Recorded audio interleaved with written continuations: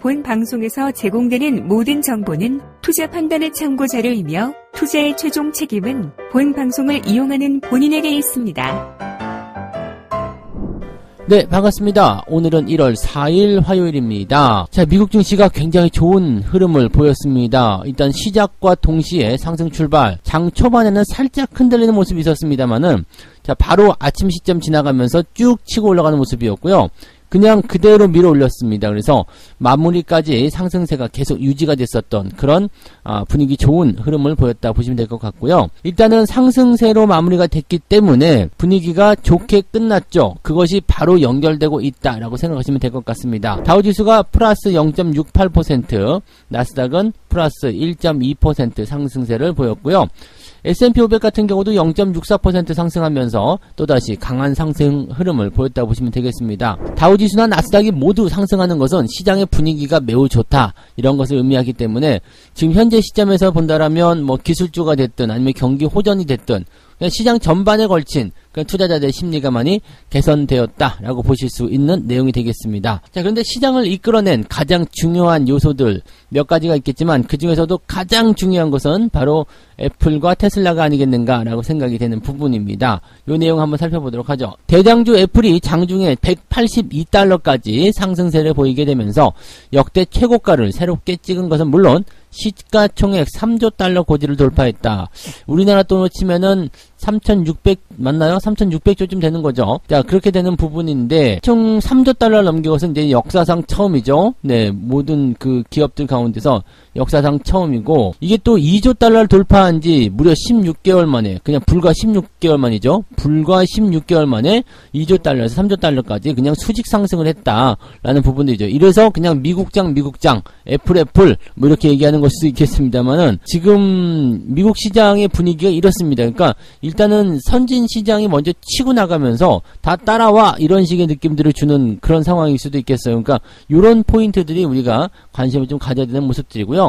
뭐 애플을 그래서 지금 사야 됩니까에 대한 부분에 대해서는 물론 신고가가 나타나고 있는 종목이기도 하고 관심이 계속 집중이 되는 모습이기 때문에 뭐 계속 들고 가는 것은 별 의미가 없겠죠. 뭐 별 상관 없겠죠. 근데 매수에 대한 부분들은 이제 좀 또 생각해 봐야 되겠죠. 2조 달러에서 3조 달러까지 가는데 16개월 걸렸으니까 3조에서 뭐 한 5조까지 가는데 뭐 한 20개월이면 되지 않겠냐, 이렇게 생각하실 수도 있겠고요. 과연 규모가 계속해서 더 커질 수 있겠느냐, 여기에 대한 부분도 뭐 고민이 될 만한 내용이 될 것 같습니다. 신고가 나오는 종목들은 일단 뭐 무조건 사고 보자, 이것도 맞는 정답이고요. 의심하라, 이런 것들도 정답이 될 수 있겠습니다. 신고가는 그 흐름을 예측을 하는 것이 아니라 그냥 흘러가는 대로 거기에 맞춰서 대응을 해야 되기 때문에 신고가 종목들은 일단 물린 사람은 없잖아요. 그래서 거기에 대한 부분들을 각자의 잣대에 맞춰서 대응하시는 게 맞겠죠. 자, 이게 애플이 지금 1,000조 원대 돌파한다 그래가지고 막 그때 한참 막 그렇게 얘기가 됐었는데 벌써 3,000조를 훌떡 넘어가가지고 이렇게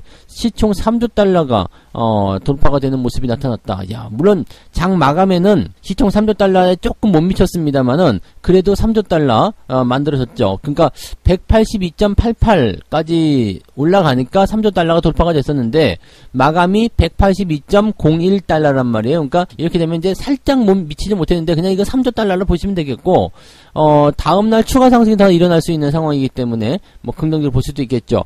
얼마 전에 이제 목표 주가가 애플은 3조 달러가 넘을 것이다, 그 부분에 대해서 야, 이건 돌파가 가능해 보여요, 이렇게 얘기를 했었던 부분이 좀 있었던 것 같은데, 이렇게 목표 주가가 나올 때요, 그 현재 주가 대비해서 얼마 남지 않은 시점을 목표 주가로 잡게 된다라면 그것은 거의 그냥 돌파한다 라고 생각하시면 됩니다. 너무 멀리 있다라면 그것이 조금 힘들 수 있겠습니다만 대체적으로 가까운 곳에 목표 지점을 잡게 된다라면 그것은 돌파가 가능하다라고 생각하셔도 좋을 겁니다. 자, 어쨌건 애플이 이렇게 강세를 보이게 되면서 뭐 IT 업종부터 시작해서 기술주 쪽 다 끌고 올라가는 모습이 만들어졌다 보시면 되겠고요. 삼성전자에 관심이 더 많이 쏠릴 수밖에 없겠죠.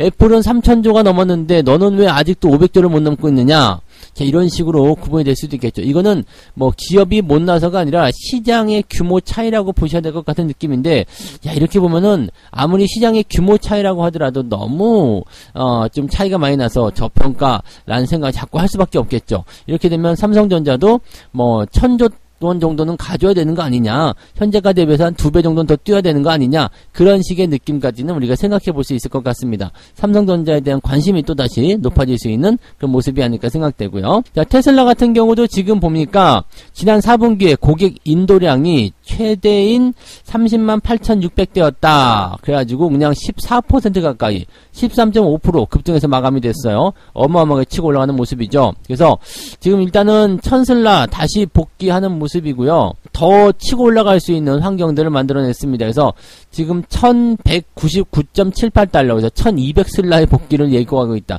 뭐 조금 더 가면 1300슬라 뭐 이렇게 되나요? 뭐 아무튼 뭐 그런 것을 얘기하고 있다라고 얘기합니다. 이렇게 되면 이제 전기차 관련한 부분에서의 기대치가 더 높아질 수가 있겠죠. 전기차 판매량이 늘어났다. 그만큼 시장의 분위기가 좋아졌다는 얘기가 되니까 뭐 여기에 따라서 올해 전기차 판매량을 늘리겠다고 한 현대차부터 시작해서 뭐 자율주행부터 시작해서 배터리 같은 거 부분 생각해서 전부 다 긍정적으로 나타날 수도 있는 모습이 좀 되겠죠. 근데 배터리 쪽은 조금 약세를 보이는 모습이 나타나고 있어서 이 부분은 조금 고민을 좀 해봐야 되겠습니다만, 전기차를 판매하는 쪽이나 부품주 이런 쪽에서는 이제 관심이 좀 생길 수 있는 구간이 아닐까 생각합니다. 전체적으로 분위기가 굉장히 좋아졌어요. 그래서 그 내용들을 먼저 좀 살펴보시고요. 기술주의 강세가 이끌어 나오기 시작하면서 투자자들의 관심도 같이 높아지고 있다 보시면 되겠죠. 한 시장 전문가는 이렇게 얘기합니다. 주식시장이 초과 성과를 낼 가능성이 분명히 있다. 20% 이상의 주가 상승률은 보지 못하겠지만 두 자릿수의 상승률은 달성할 수 있을 것이다 라고 기대하고 있다고 합니다. 물론 이것은 시장 초반에 나타날 수 있는 기대치라고 보시면 될 것 같은데, 자, 20%까지도 노릴 수 있겠다라는 말로 들리긴 하는데 20%까지는 혹시 모르겠지만 그래도 10%대는 충분히 가능하다.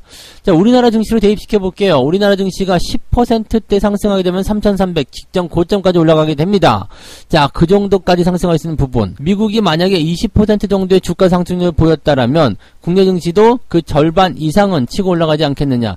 지금 올해 증시 뿐만 아니라 올 상반기 증시를 한 3,500까지 보는 것도 괜찮지 않겠나 싶기도 합니다. 그러면 시장이 한 10% 정도 올라가는 거기 때문에 이것도 불가능한 거 아니거든요. 한 뭐 0.5%씩 20일 정도만 올라가면 되는 거라서 뭐 올라갔다 내려갔다 하는 걸 감안하더라도 상반기 하면 6개월 180일이거든요. 180일 나눠가지고 이제 매매를 한다. 한 달에 20일씩 해가지고 120일 정도가 된다. 쉬는 날 다 빼고요.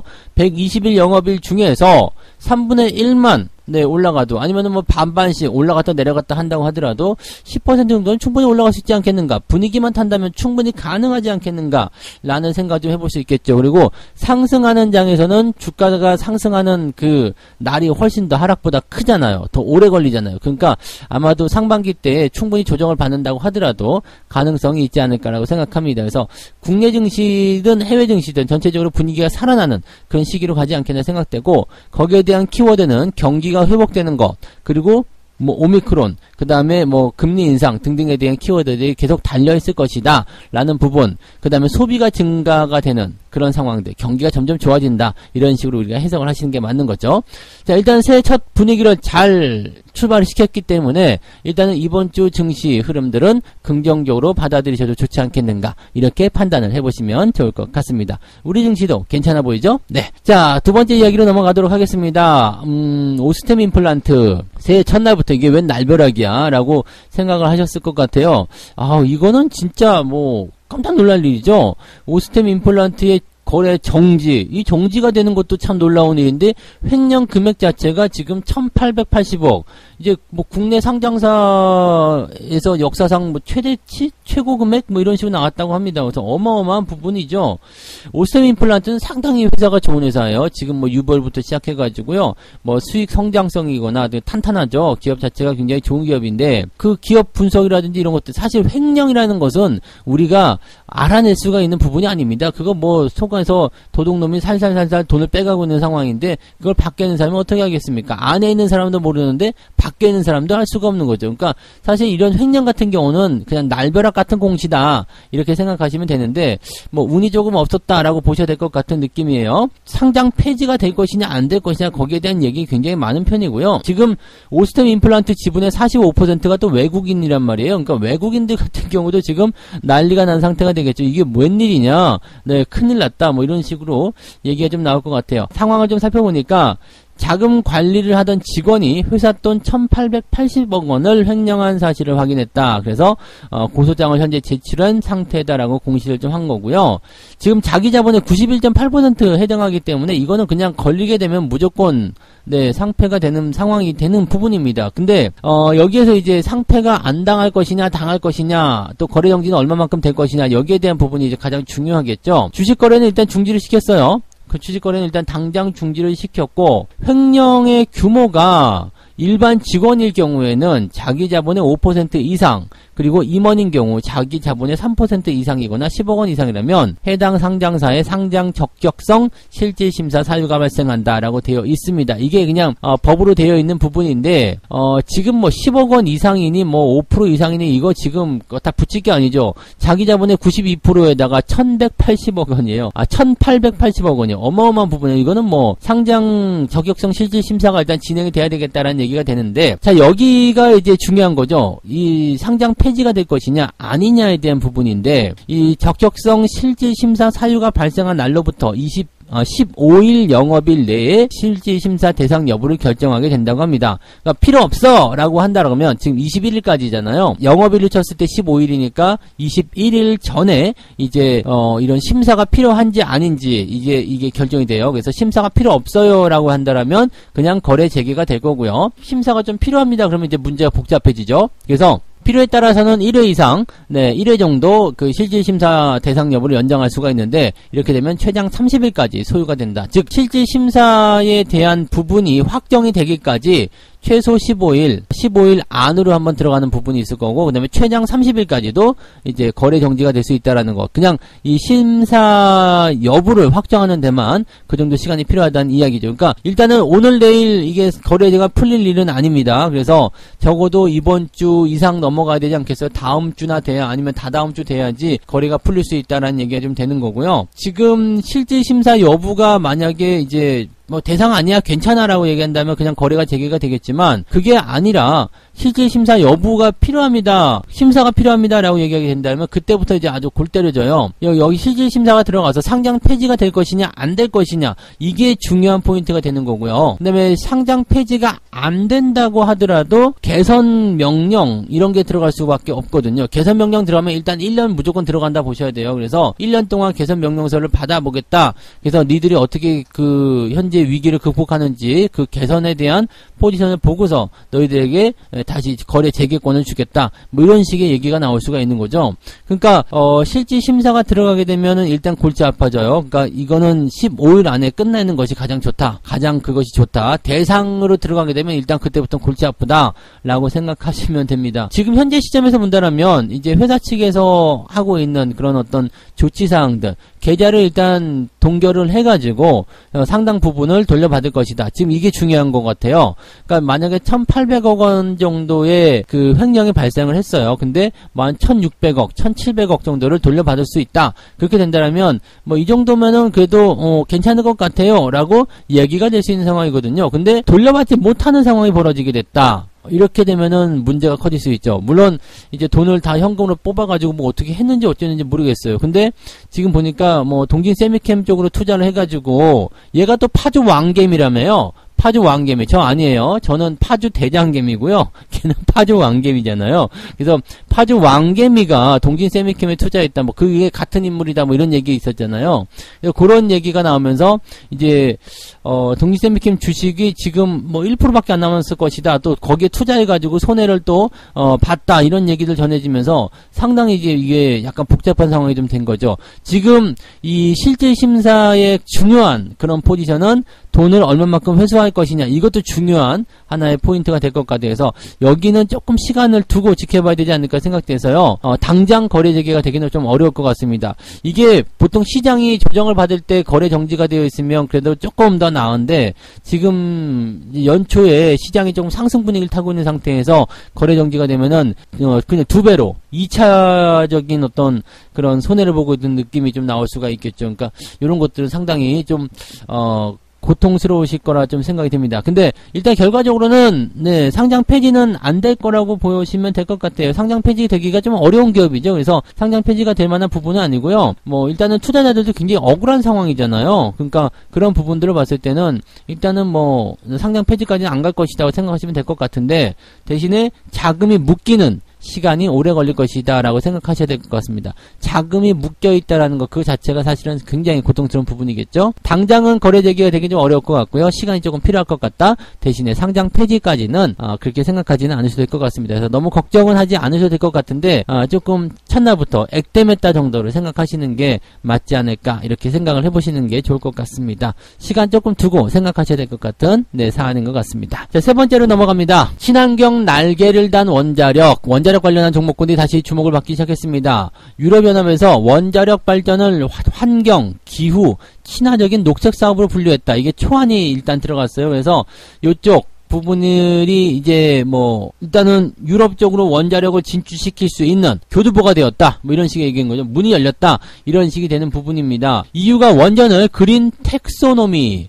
그러니까 녹색 분류 체계에 포함시킬 가능성이 높아졌다라고 되어 있죠. 그래서 사실 지난해부터 이제 신재생 에너지의 대안으로 부각이 되고 있는 그런 원전 관련주가 다시 이 랠리를 이어가는 건 아니겠느냐라는 얘기가 나오고 있습니다. 이 유럽 지역이 굉장히 이 탄소 배출량이라든지 이런 환경에 굉장히 민감한 그런 모습들은 보이고 있죠. 그래서 뭐 자동차부터 시작해가지고 이런 에너지 관련한 부분에서 굉장히 힘을 많이 쓰고 있는 모습인 것 같은데, 자, 이번에 원자력을 이제 친환경 쪽으로 구분을 시켜야 되겠다. 라고 이제 그런 부분들을 진행하고 있습니다. 물론 반대하는 국가들도 분명히 있습니다.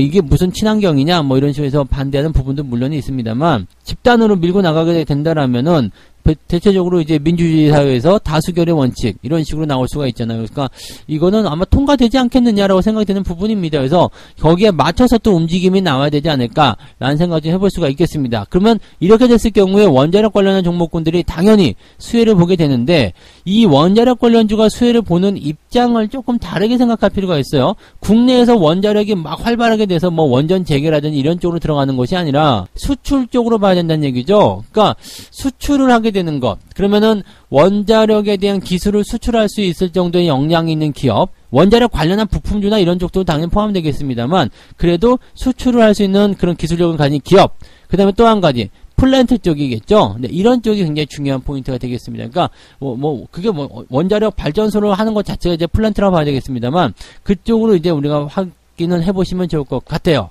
그러니까 원자력 관련한 기술 쪽에서 기대감을 좀 가질 수 있겠다라는 부분들. 또 우리나라 같은 경우도 이제 이제 대선 기간 동안에 원자력에 대한 이야기가 또 나올 수밖에 없는데 그런 부분들이 이제 계속 테마를 꿈적꿈적해서 만들어낼 수 있는 상황이 좀 될 수 있을 것 같아요. 지금 원자력 관련주들이 사실 지난해에 많이 올랐어요. 주가가 단기적으로 많이 올랐기 때문에 약간 부담스럽다 볼 수 있겠습니다만 아직 테마가 죽지 않은 상태이기 때문에 그냥 그 자리에 살아있는 거죠. 여기서 한 번 더 치고 올라갈 수도 있을 수 있다. 뭐 그런 부분이 나타날 수도 있고 아니면 그냥 여기서 그냥 그대로 잊혀지는 상황이 나타날 수 있겠습니다만 아직 테마가 살아있는 상태라면 또 시장이 아직까지는 뭐라 그럴까요? 상승에 대한 그런 불안감이 있다고 봐야 되겠죠. 상승세를 막 타고 올라가면서 대형주들이 끌고 올라간 장이면 테마가 감히 끼어들지 못하거든요. 근데 지금처럼 약간 불안한 장세, 올라갈 것인지 내려갈 것인지 확실하지 않은 장세, 보합을 좀 만드는 그런 장세, 이런 장세가 나타났을 경우는 어때요? 테마주들이 빵빵 치고 올라갑니다. 그래서 그런 상황이 나타났을 때는 이렇게 테마가 나타나는 종목군들이 강세를 보일 가능성이 높다라는 것도 참고해 보실 필요가 있는 거죠. 그래서 지금 이제 원전 기술이 있는 그런 종목군들이거나 또 이제 플랜트를 수출할 수 있는 기업들 이런 쪽에서 관심을 좀 많이 가져야 한다라고 되는 부분들이죠. 가장 중요한 것은 이제 원자력에 관련된 종목군들이 그동안 많이 올랐다라는 거, 그 다음에 여전히 테마가 남아있다는 부분이죠. 그래서 많이 올라간 상태에서 새롭게 투자하는 것은 약간 리스크는 있다고 생각됩니다. 다만 갖고 계신 분들 아직 안 팔았다. 물론 파시는 것도 좋을 것 같긴 한데 아직 안 팔고 있다. 물론 가능합니다. 테마가 끝나지 않았고 추세가 연결되고 있기 때문에 당장 안 팔아도 상관없을 것 같긴 하잖아요. 그래서 그런 분들 같은 경우는 지금 상황이 또 그렇게 되고 있기 때문에 조금 더 지켜보는 관점들이 필요하지 않겠느냐라고 생각할 수 있는 내용이 좀 되겠습니다. 다만 옥석은 가려야 될 거예요. 일단은 어떤 종목군들이 유리한지 그런 것들은 구분을 지어가지고 대응을 좀 하셔야 될 것 같고요. 어느 정도 많이 올라온 상태에서는 테마가 형성돼도 추세를 그냥 빼버리는 경우가 많이 있거든요. 그래서 추세가 이탈될 때는 항상 매도를 쳐야 한다는 것은 잊으시면 안 될 겁니다. 그래서 그런 내용도 참고하시고, 원자력 관련주들이 또 주목을 받기 시작하면 뭐 분위기는 좀 좋아지지 않겠는가 라고 생각을 해볼 수는 있겠습니다. 자, 오늘 여기까지 이야기해드리고요. 오늘 분위기도 나쁘지 않을 것 같으니까 느긋하게 투자하시면서요, 좋은 결과 만들어내시기 바랍니다. 오늘은 여기까지 합니다. 고맙습니다.